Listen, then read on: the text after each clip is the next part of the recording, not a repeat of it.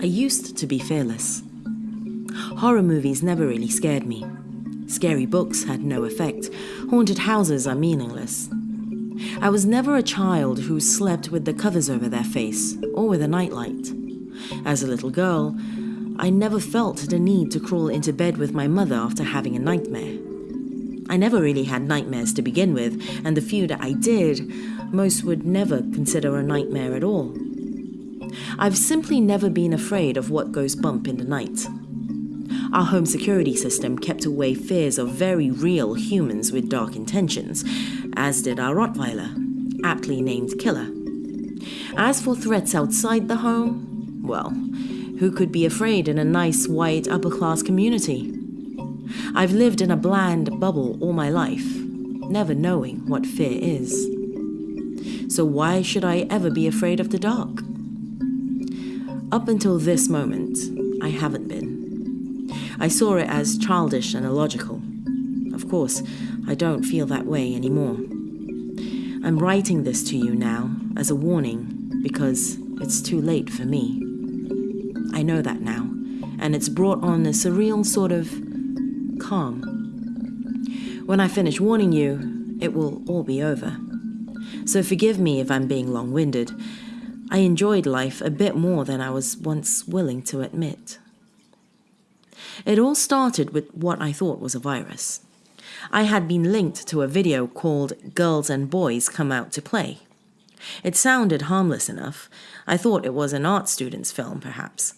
The person who had linked the video promised it was very good, well worth watching. I can't remember the video.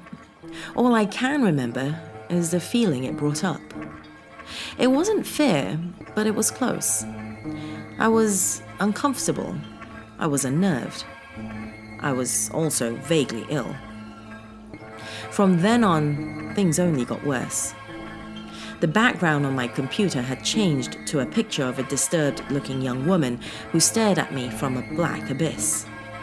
Every now and then, and growing more frequent by the day, strange noises would emit from my computer, even when the sound wasn't on. Screaming, strange laughter, grinding noises. At the time, I was annoyed. The fear hadn't settled in quite yet. Then the faces started popping up, like those ridiculous screamers that scared my friends in high school. Yet, these were different. They looked real. They were the faces of the dead, and they had died violent deaths. I wish I could say that I stopped using the computer, but I couldn't. My job requires me to use my computer frequently. What was I to do? I had no other computer available to me. I tried to take it in to have the virus removed, but no one could help me. They said there wasn't a virus. They said the computer was fine. Meanwhile, it got worse. The faces weren't just popping up. They would stay. And with those horrible rotted eyes, they would hold my gaze. I couldn't look away from them and their terrible mocking grins. And oh God, the smell. My computer forever had a vague stench of death around it. I thought I was going crazy. I thought that perhaps someone was messing with me.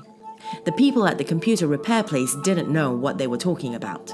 Something was wrong, but I knew that it had to be something very real that just had to be fixed. So I got a new computer. Everything was fine for a while, but then it all came back, and in full force. Now, there were voices. Now, there was screaming. Now, the rotted faces showed their stinking bodies. I could see every maggot, every fly, every pus-filled crevice, and they were calling to me, telling me that soon, very soon, I'd be joining them. They were so angry that I'd tried to get rid of them, and now they would make me pay. I didn't know what to do. Ignoring the problem wasn't working.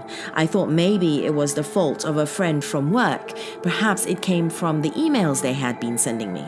I never thought it was the video. Not for a second. After all, that just wasn't logical. I was at the end of my rope. Today, I unplugged the computer and began packing. I would go on vacation, clear my head, and pray that everything would be back to normal. A few minutes ago, I realized it would not. The power went out, and for the first time in my life, I felt true fear. I had no idea that in a few moments, it would become mind-numbing. I stumbled through the house looking for a flashlight when I saw that something was still giving off light. The computer. The unplugged computer was on, and the woman in the background was moving, beckoning me over. I couldn't help myself.